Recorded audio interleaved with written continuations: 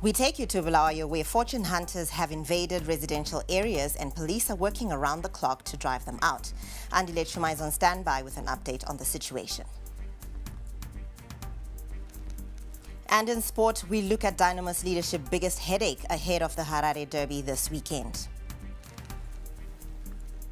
In our first story, President Emmerson Mnangagwa has secured a deal for the revamping of the country's health sector, starting with the reconstruction and capacitation of the Parirenyatwa group of hospitals. The president and his Belarusian counterpart, Alexander Lukashenko, this morning presided over the signing of 8 agreements that included visa exemption for diplomatic and service passport holders. Speaking following a meeting with his Belarusian counterpart, Alexander Lukashenko, the president noted progress that has been made in farm mechanization with the aid of Belarus, particularly in the realization of national food security. Zimbabwe is keen to progress to cooperating in the local assembly of machinery produced by the Republic of Belarus. This will benefit Zimbabwe while also enhancing Belarus' economic presence in our region, in Southern Africa. I am confident that this visit will open new avenues for collaboration. Now, President Lukashenko said the two countries are achieving tangible and practical results together, singling out the mechanization of Zimbabwe's agriculture, which he described as a true example of honest, open and productive cooperation. Our bilateral cooperation is a new standard of work with the countries of Africa. Taking into account this high level of relations, we tried to provide your delegation with a rich and interesting program of visit. And I am confident that the results of this visit will give an additional impetus for the development of relations of friendship and brotherhood between the peoples of Belarus and Zimbabwe. Recently, our countries have propelled the relations in policy, in trade and in economy to a new level. We created a very solid regulatory framework for our cooperation. Since the moment of our historical talks in Harare, we've done a lot. We've established a joint commission and established a direct dialogue between the relevant ministries and companies. We broaden our contacts in culture and other areas between Belarus and Zimbabwe, and together our countries reach tangible, real results. The joint program of mechanization of agriculture of Zimbabwe has become a new example of an honest, open and productive cooperation. Now, the two leaders witnessed the signing of an MOU of cooperation on the field of tourism and an MOU on cooperation in the sphere of micro, small and medium enterprises development.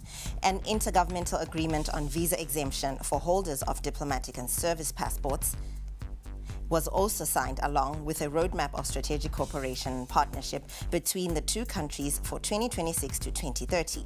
Another MOU was also signed for cooperation in the field of prevention, management and elimination of natural disasters and technological hazards, as well as another on cooperation in the field of information and press. Also signed was an MOU on strengthening of partnership in waste management and water treatment. Letters of intent were also agreed in the reconstruction of Parirenyatwa group of hospitals and on strengthening partnerships in health. We are now joined by our correspondent, Fungi Kwaramba, to give us a roundup of the last day of President Emmerson Mnangagwa's visit to Belarus. President Mnangagwa has secured a deal for the revamping of the country's health sector, starting with the reconstruction and capacitation of Parirenyatwa group of hospitals.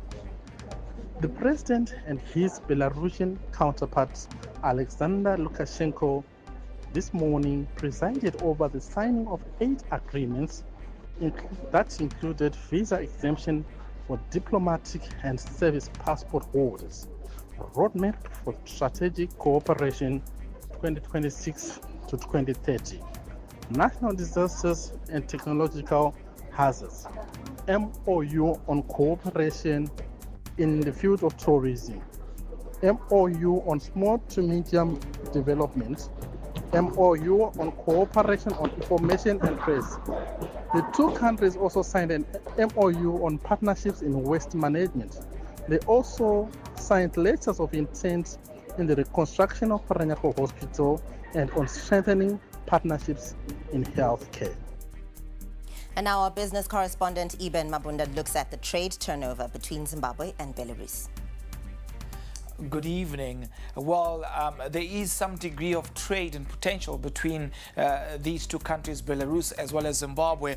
Now, when you look at the exports over the past 10 years, we see a sharp jump in 2022 where it is that Zimbabwe imported goods worth $54 million. And of course, you can see 2019 a low of less than $300,000 worth of goods imported from Belarus, predominantly tractors, buses, and spare parts to these form of automobiles that Zimbabwe has been able to tap, where the expertise of the Belarusians is concerned. But then again, there remains much ground for growth going forward, particularly when you look at the stats at $14 million in 2024. We are awaiting the collation of the figures in a few weeks' time to really confirm those figures. But now to turn to Zimbabwe's exports to Belarus, a high of $2.5 million over the past 10 years, coming in at $2.5 million in 2021. Again, we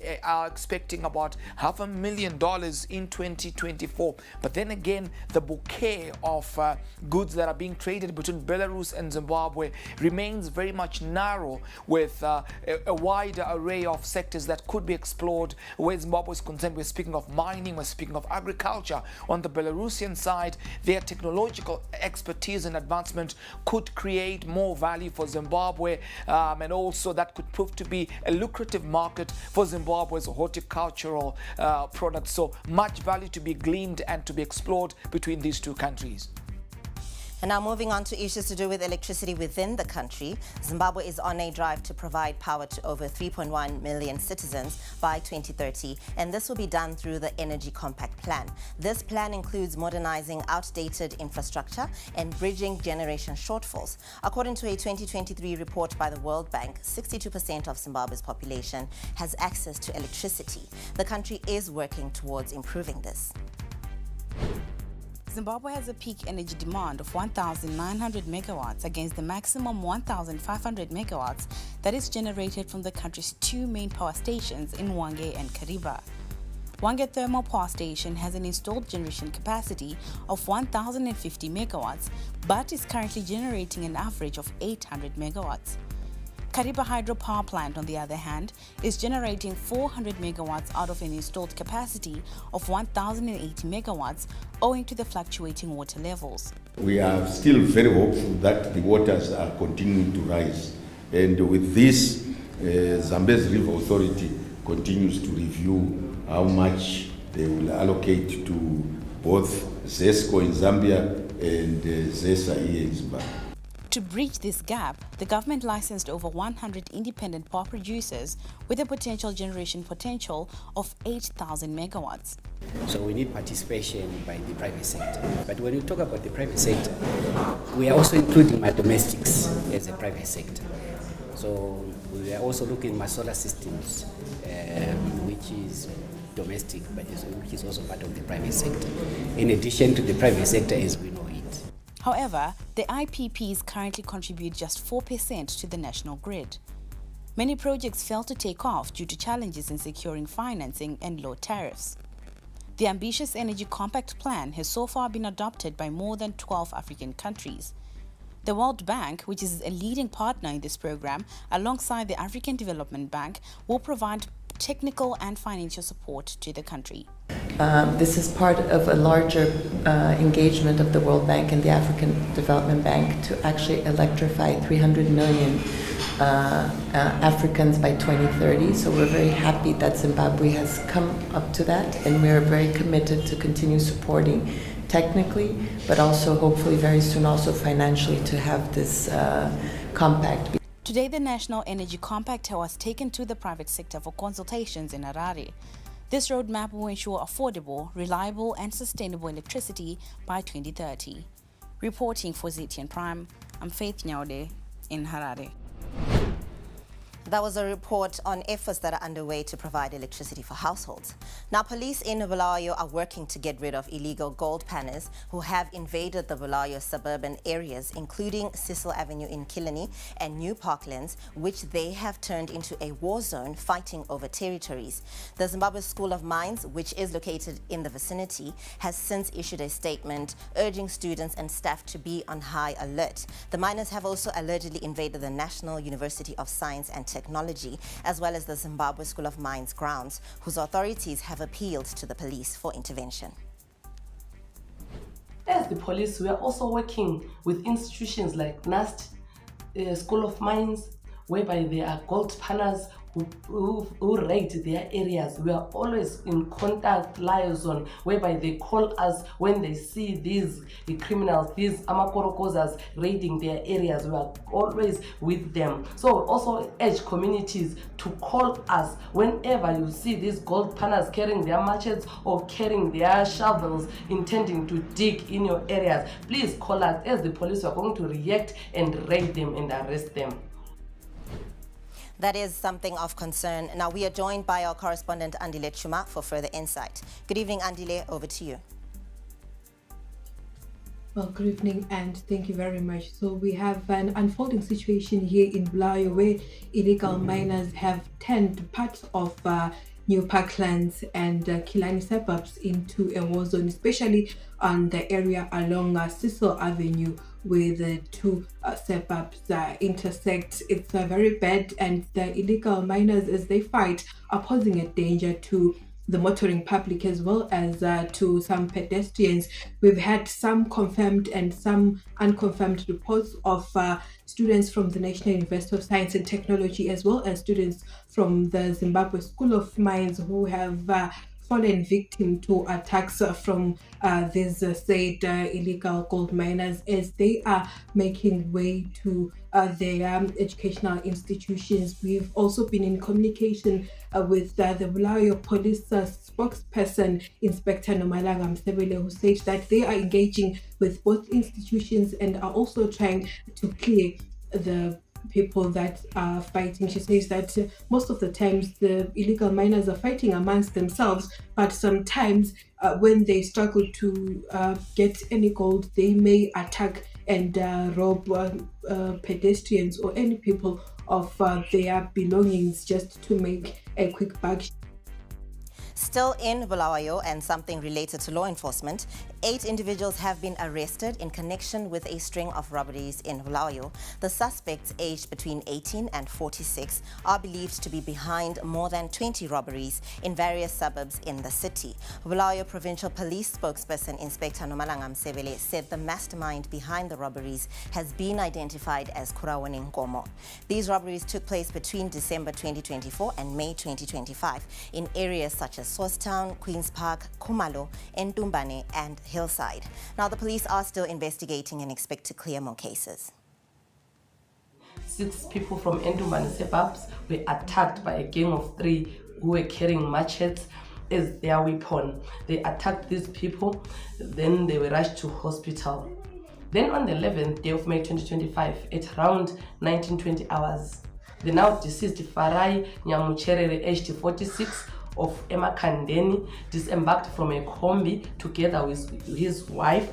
They were followed by a machete gangs and they attacked him. They struck him on the head and on the chest, and he died upon admission at Mpilo Central Hospital. When Newsplus returns, we'll give you an update on an inspiring story of a midwife from Chinoi.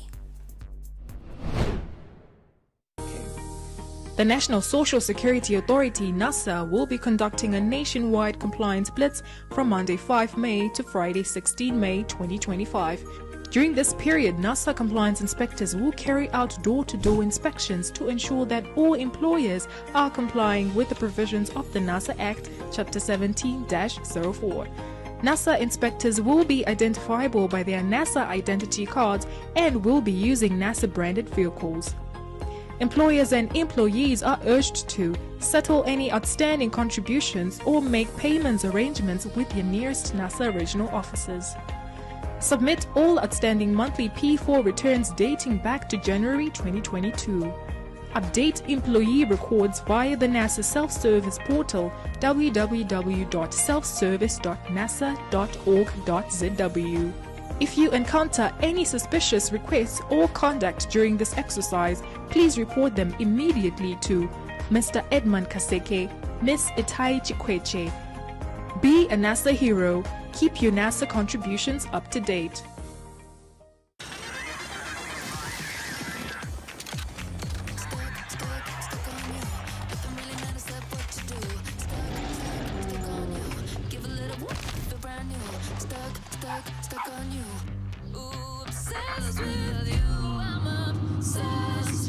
With Showmax, your favorite characters now follow you anywhere.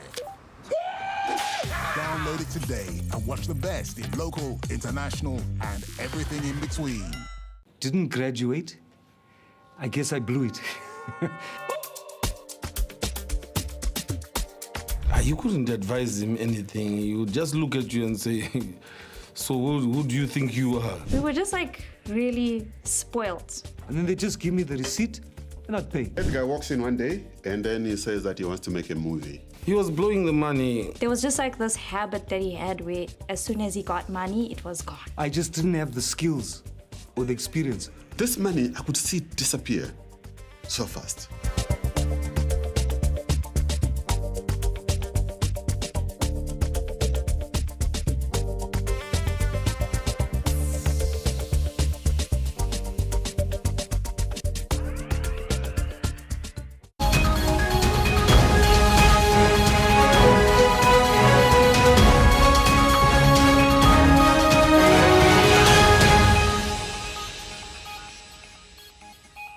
Thank you for staying tuned to Newsplus. Now, this year's Midwife commemorations were held in Chinhoyi, and they marked by an inspirational story, one that celebrated a legendary midwife, Hega Mapondera. The 95-year-old broke barriers in the sector, being the dedicated woman who pioneered the Zimbabwe Confederation of Midwives. Our correspondent, Statiswe Gwaza, was in Chinhoyi.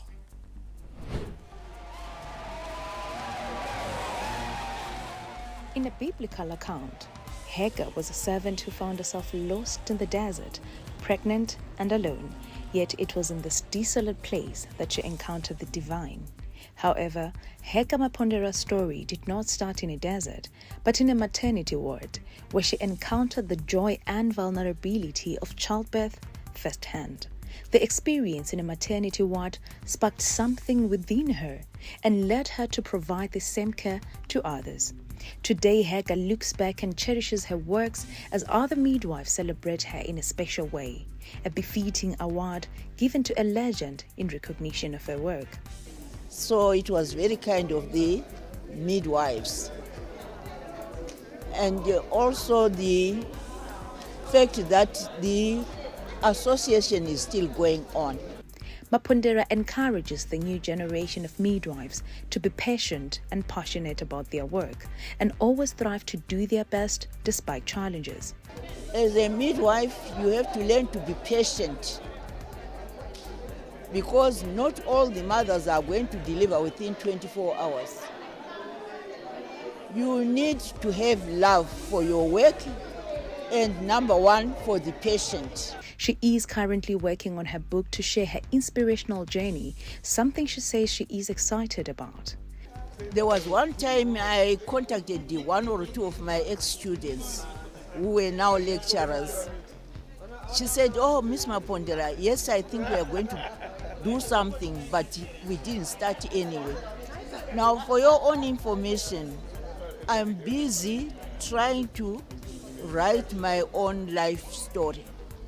Deputy Minister Kwindini urged authorities and hospitals to avail opportunities to the young, passionate and eager nurses to midwifery roles, citing that they will play a crucial role in serving the masses. I've also instructed the PNOs, when these junior nurses want to apply for post-basics. It's not supposed to be like it's a war. Give these young nurses room to train to become a post-basic. UNFPA representative Miranda reiterated the organization's commitment to enhancing support for hospitals and midwives in the country. By really reiterating UNFPA's commitment to working with the partners like the Embassy of Sweden to continue this vision that we have, to continue to recognize these heroes. We have to continue to recognize them. And we really believe that this celebration goes beyond an annual commemoration. It is also a motivation and inspiration to the young generation to carry out their duties with utmost dedication. For ZTN Prime, I am Sitachisiwe Gwaza in Chinoi.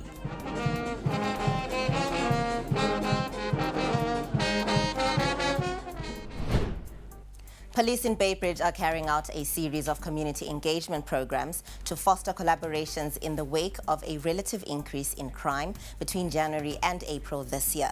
The program started off at the crowded Dulivadzimu long-distance bus terminus, supported by various government agencies, church leaders, crime-fighting committees and community leaders.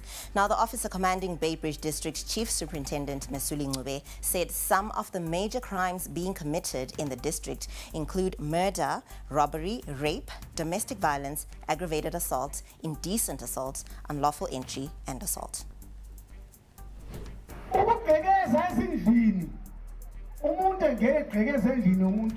far, from January to 2025, there's 154 cases already.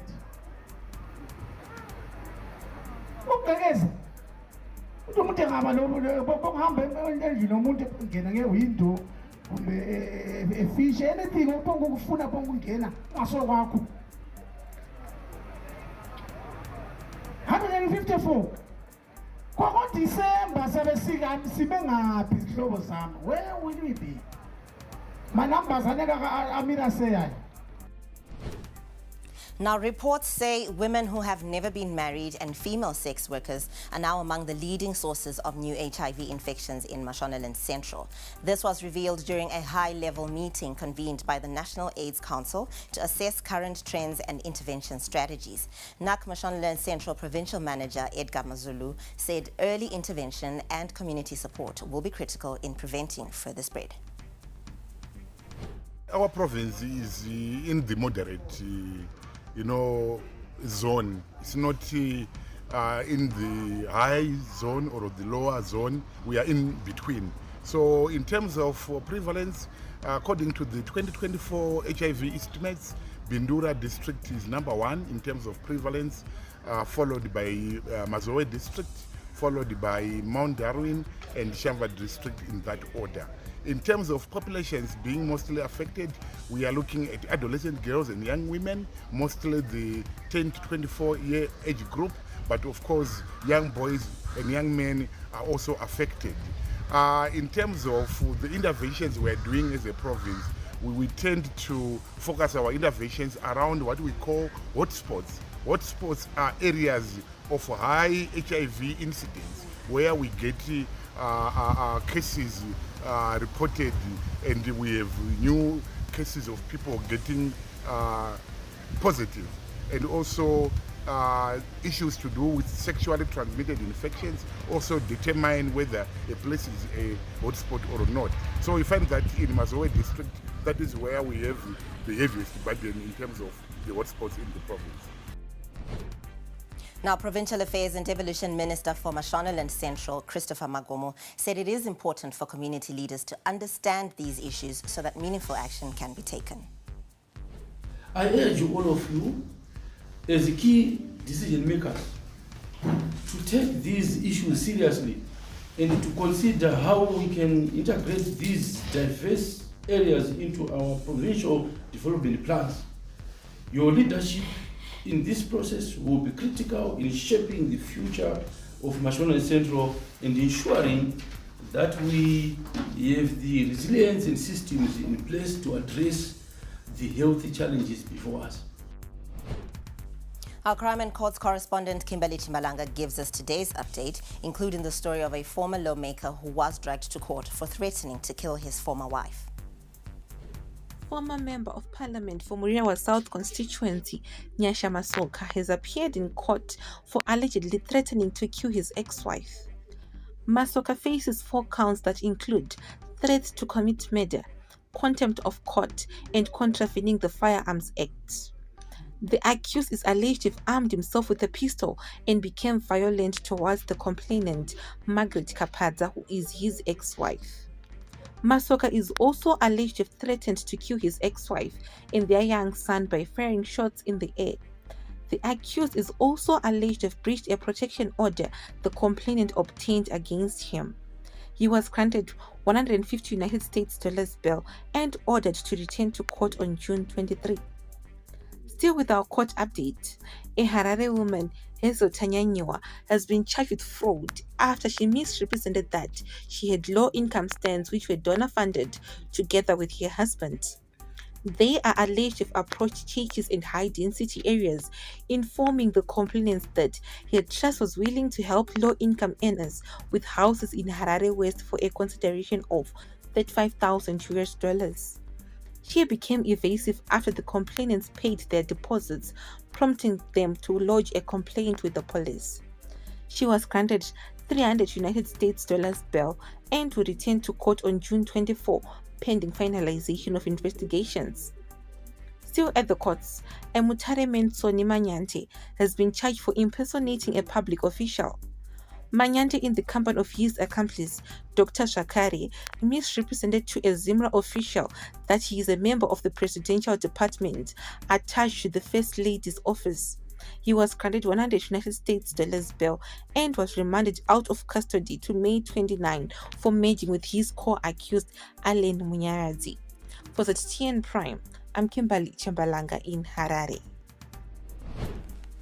African leaders convene in Togo to tackle growing debt challenge. That story right ahead.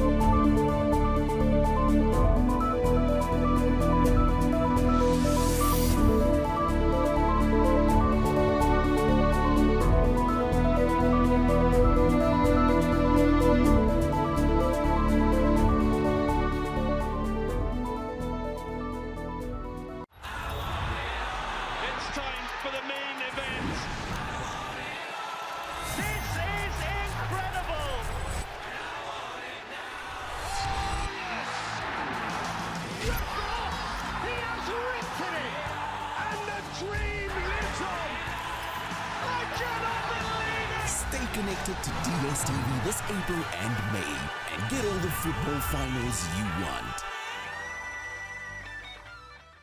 Captain Wally J's about to take you to boot camp. It's the riveting science and tech show that keeps you up to date with the hottest gizmos on the block and revealing the illustrious and innovative visionaries in Zimbabwe. So much to see, you'll keep swiping. This cherry red beauty is the Dairy Auto M7 mini electric car. They've designed our brute force incubator board. Look at what we've got here. Solar powered scarecrow was part of the project that I was supposed to complete. Catch Swipe every Tuesday at 5:30 p.m. on ZTN Prime, DSTV channel 294. Get the picture?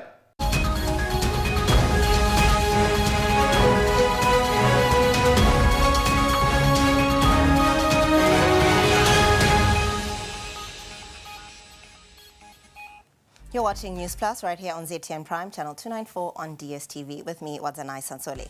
Now, in the first half of this bulletin, we gave you a story on the president securing a deal to revamp the health sector, a story on how Zimbabwe is accelerating efforts to electrify 3 million households, and gold panners are invading Bulawayo residential areas. Now, moving on to stories from the world around us, President Cyril Ramaphosa has called the group of 59 white South Africans that were given refugee status in the US cowards, saying they'll be back soon. Ramaphosa termed their relocation as a sad moment for them. He went on to say, I quote, "As South Africans, we are resilient. We don't run away from our problems. We must stay here and solve our problems," close quote. Now, Trump and his close ally, South African-born Elon Musk, have said there was a genocide of white farmers in South Africa, a claim that has since been widely discredited. The US has also accused the South African government of seizing land from white farmers without paying compensation. Now, the African Union Conference on Debt that is currently underway in the Togolese capital, Lome, has brought together hundreds of delegates to explore innovative models for achieving Africa's debt sustainability. The three-day conference drew over 500 delegates, including heads of state, financial experts, and policymakers, with the common goal of restoring and safeguarding public debt sustainability across the continent. Across the continent, more than 20 African countries are either already facing debt distress or on the brink. When debt repayments outweigh investments in health and education combined, we must question the sustainability and human cost of our fiscal path. Can we or should we accept the reality where repaying the debt takes precedence over protecting lives and nurturing human capital? Furthermore, it is unacceptable that today only 2 African countries are rated investment grade. Let us also build the capacity of African financial institutions such as the African Development Bank, the Afri-Exim Bank, the AFC, and the proposed African Monetary Fund to offer concessional financing tailored to Africa's development reality. Il ne s'agit pas d'une fatalité. This is not an economic inevitability. It is the result of a system, one whose rules are made elsewhere for priorities that are not ours. It's time to move away from a logic of surveillance toward a logic of trust. Now, this conference explores innovative financing instruments tailored to Africa's unique challenges, such as green bonds and debt for nature swaps. These mechanisms aim to transform debt into a catalyst for sustainable development by funding projects in education, health, and environmental protection. This conference is coming on a very critical time in the African continent, and we really would love to see solution to the problems of debt that we face on the African continent. Many of our member states are facing problems, and we really put a lot of expectation on this conference to come up with a solution to this problem. Uganda's coffee export boom is brewing a dramatic reduction in its trade deficit, with the country also stepping up efforts to curtail imports. According to official data, Uganda's trade deficit with the rest of the world dropped by 83.7% in February 2025 compared to the same month in 2024. Now, coffee brought in $167 million in export earnings, followed by crops like cocoa and tobacco in February this year. So the impact is positive, and my prayer is that this money that we are getting, we really invest it really properly so that we reach our dream of 20 million bags as a country, because that is what will give us a voice in globally. These are some of the initiatives of government where other industries will be brought up on board to be able to process so that you sell more value, but also reduce on what you are importing to produce by using local content. The latest China-US high-level meeting on economic and trade affairs in Geneva sent a positive signal for the global economy. China and the United States announced a series of tariff modification measures aimed at easing trade tensions between the world's two largest economies. International institutions such as the IMF and the World Bank have repeatedly warned that protectionism poses a major threat to global economic recovery. Therefore, in this context, the recent round of China-US talks has provided a much-needed signal of stability and certainty. We welcome the direct dialogue on trade that we saw between the People's Republic of China and the United States over the weekend in Switzerland. It's very positive for the world economy, and we've always said that we don't need any escalation in the trade war. We need dialogue. I think the Secretary General has been very clear that no one wins in a trade war. And as you know, I think the theme of the idea of decoupling, right, is one that has troubled him and that he has raised on a number of issues. So it's obviously a good start. Now, when we take a look at what's happening on the economic landscape, we'll give you a story on the 40 Zimbabwean exhibitors at Africa's Travel Indaba.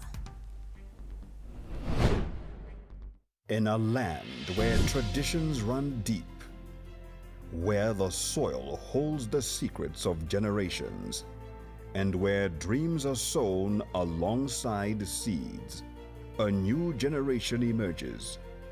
Welcome to Young Seeds. Get ready to embark on a journey like no other as we shine a spotlight on the dynamic and inspiring young farmers in the heartland of Zimbabwe. I want to do it because plants will die, plants will get infected by diseases. I tried to do mixed farming, that is also putting tomatoes. I have half a hectare of tomatoes. Every 40 days it has to be giving birth. Produce a good quality fruit size. Calves are kept in different pens, basically so that they don't spread diseases to each other. My name is Zimbabwe. I'm a rabbit farmer. These young farmers are revolutionizing traditional practices, embracing technology, and finding sustainable solutions that will shape the future of agriculture. So, let's get our hands dirty.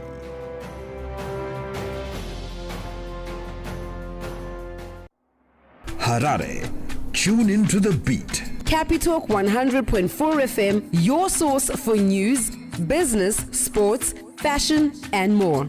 Experience the pulse of Harare's culture and lifestyle. Capitalk 100.4 FM, Harare's top radio station. Join the conversation with Zimbabwe's top personalities. Subscribe now for fresh and infotainment content daily. Capital 100.4 FM, Harare's heartbeat.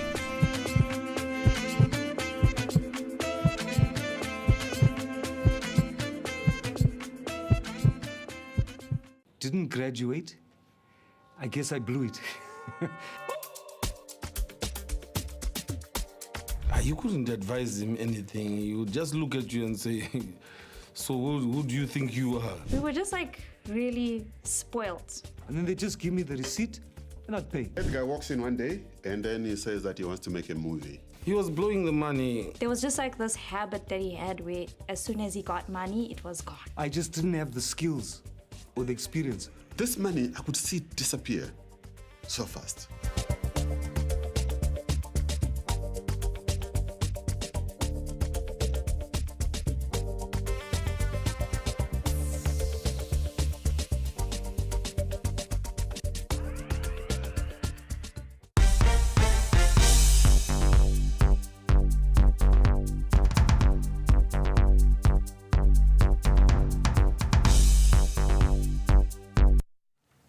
The Grain Marketing Board says it has received an additional $5 million United States dollars and 15 million ZiG for wheat payments, bringing the cumulative total dispersed to farmers to 28 million United States dollars and 230 million ZiG.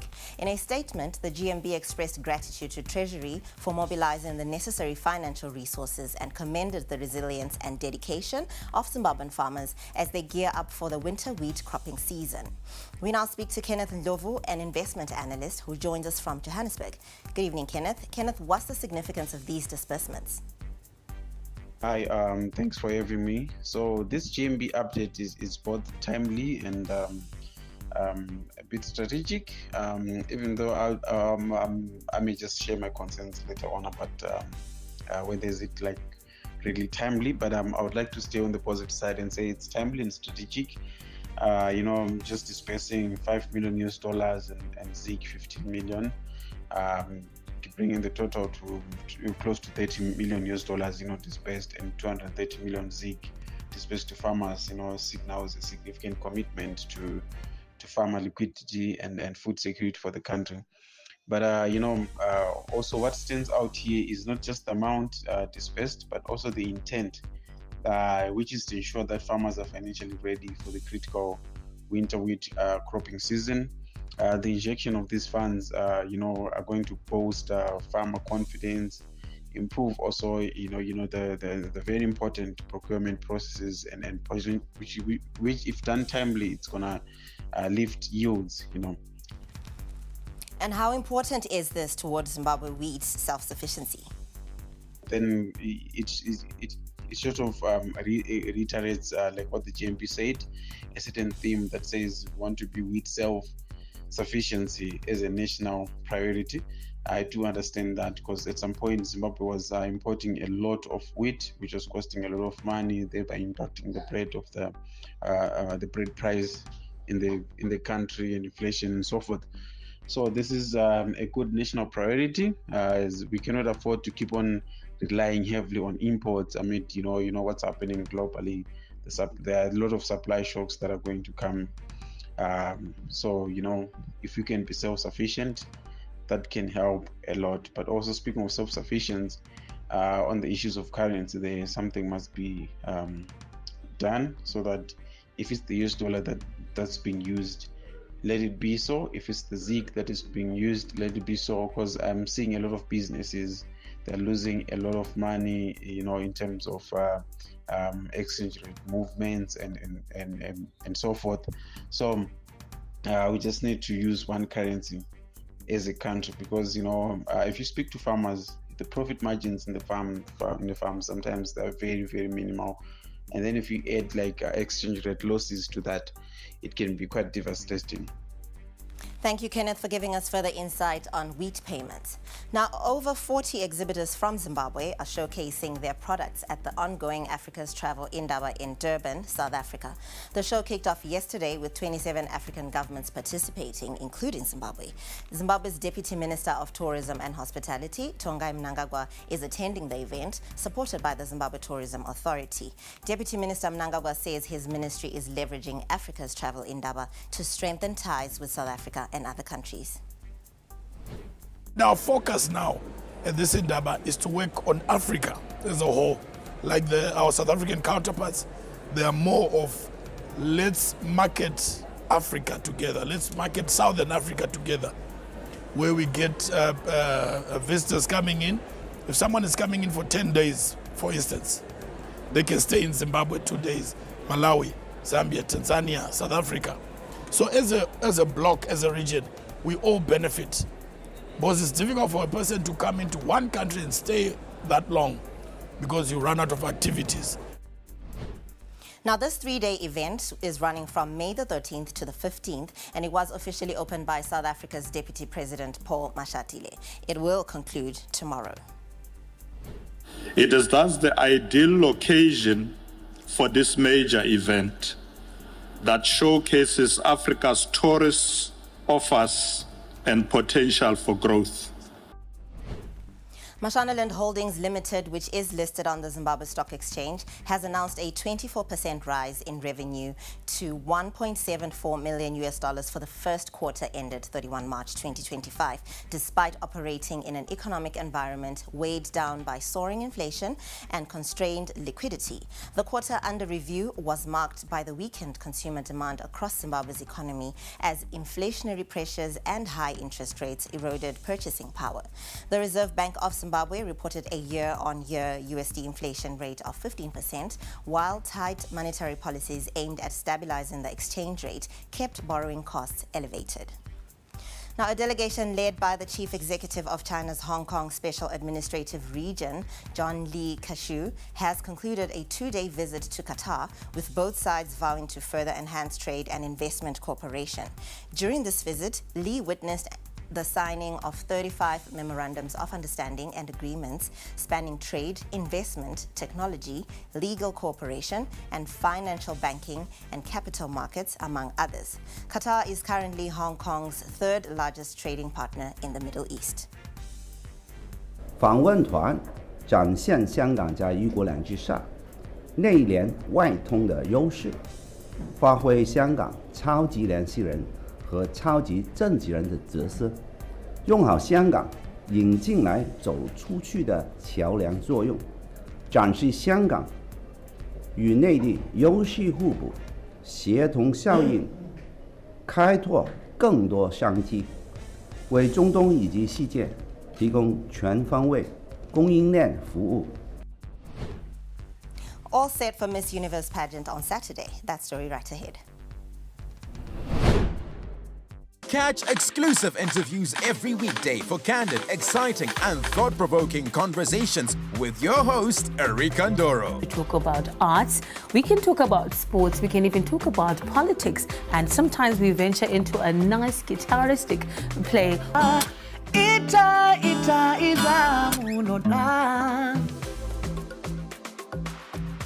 The one story where you can't get out of your head. Wakatarisa munhu so Erika, like where you are sitting. Ndozongokona bata face so pasina munhu. Wakasiya music yako yo afro chakuti ndo music manje no yemuZimbabwe. And I'm sure they're still saying the same thing now. Yeah, so Shona kana kuti Chindevere kana mumwe mutauri muno muZimbabwe ndiwe iwewe. Ndiwo rupawo rwako. Ndicho chidadiso chako. Catch me, Erika Ndoro, right here on ZTN Prime every single Monday at 7 p.m. whilst we get exclusive.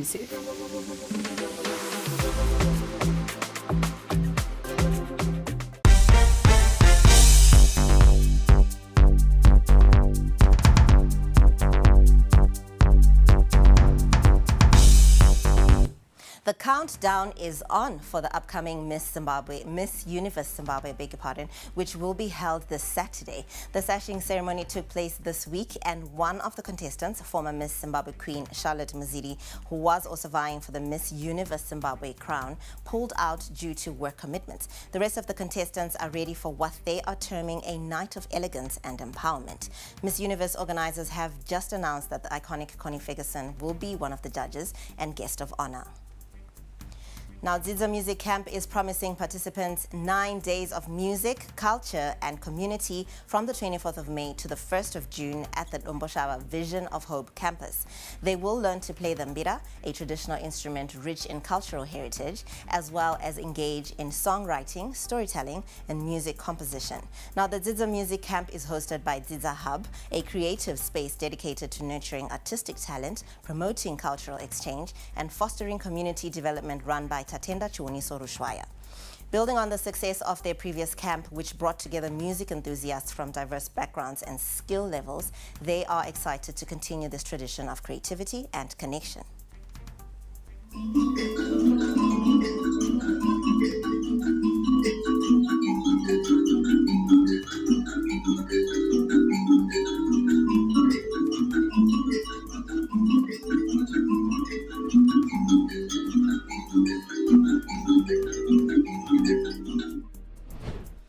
Still on entertainment, the U.S. government's case against the biggest name in entertainment, Sean Diddy Combs, is closely being followed by the public. In this criminal trial, he is being charged with transportation to engage in prostitution, sex trafficking, and racketeering conspiracy, all of which he has pleaded not guilty to. Now, Cassie Ventura, his ex-girlfriend, is the star witness, and she took the stand to give a highly anticipated testimony. She described Diddy as highly abusive, controlling, and broke down while testifying. She was set to return to the stand today.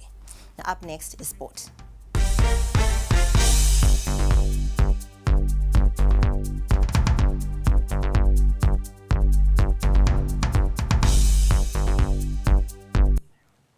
Dynamos, led by Chairman Bernard Marriott, are in danger of losing out on one of their biggest paydays of the season if fans plan to boycott the Harare Derby are anything to go by. Dynamos host Caps United at Rufaro on Sunday in match day 12 at a time the two giants are experiencing one of their worst campaigns in years. For Dynamos, the situation has not been made any better by the fact that fans are also dissatisfied by Marriott's leadership, and despite recent changes to the technical team, fans will stay away from the Derby. Will the fans actually stay away from Derby, or will Dynamos call for an all-stakeholders meeting to avert the potential financial disaster? Highlanders defender Arthur Ndlovu is making headlines for his defensive skills, unwavering passion, and a burning desire to leave a lasting legacy at one of Zimbabwe's most decorated clubs. Signed from RNL Movers on a loan deal that later turned permanent, Ndlovu believes excelling at the club can open bigger doors for his career. Arthur Ndlovu is a player that simply refuses to be overlooked. Whether starring in the Highlanders' backline or engaging in gamesmanship, the central defender's personality looms large. Ndlovu crossed the floor from RNL Movers in the 2024 mid-season transfer window and became an immediate darling of the fans at Baba Field.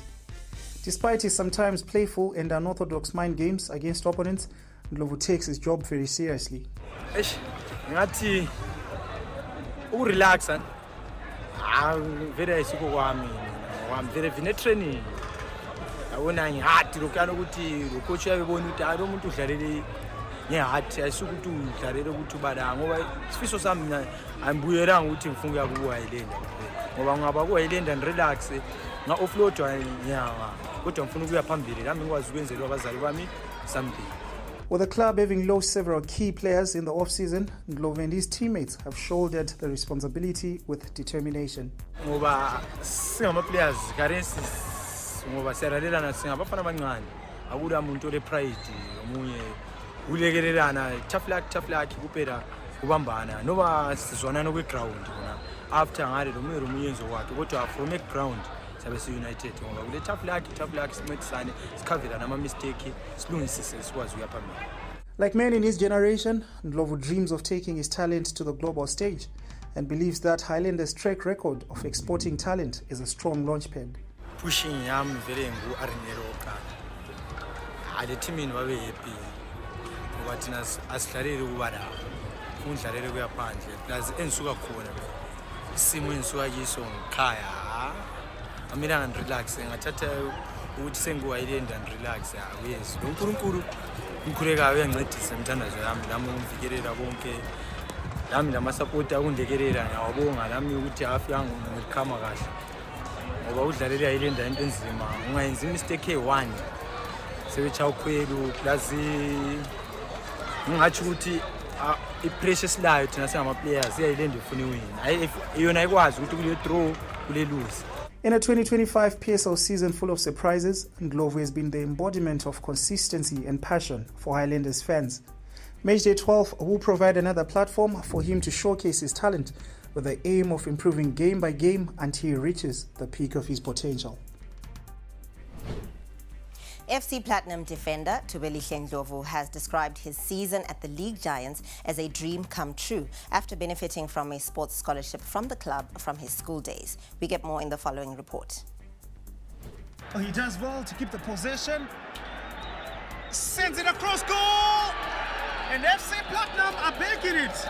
FC Platinum defender Thubelihle Ndlovu's season has been nothing short of a dream come true at the former league champions for the player. Ndlovu joined the club through a scholarship initiative and has since risen to become a mainstay in a defense that has conceded only 5 goals and kept 6 clean sheets in 11 games.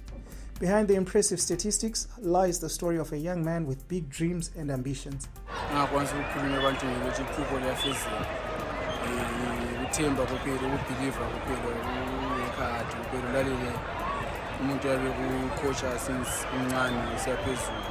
ungafika phezulu khona uyenze ibhola liyafanana ukufundisisa semncane yiko khona futhi phezulu.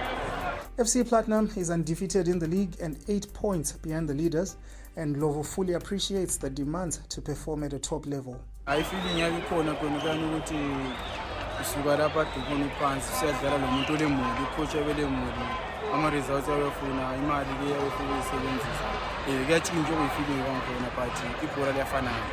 Ndlovu's rise has been a source of pride for former Highlander striker Tobias Mujigambanje, who coached him in junior football. Mujigambanje says that a strong junior development policy is key to producing future stars. Watching Tumelishe playing Premier League today, it's a dream come true. I coached Tumelishe at Global Trade. Grassroots level is very important aspect in football. You never go wrong. Because that's where we start with basic football technique. That's where we start. Technique is only done at grassroots level. When we are up to the upper level, the senior teams, then we do the formation, the playing system. We cannot teach technique at high level because it's hard. As far as immediate goals are concerned, Ndlovu wants to help FC Platinum to thrive and dreams of a national team call-up someday.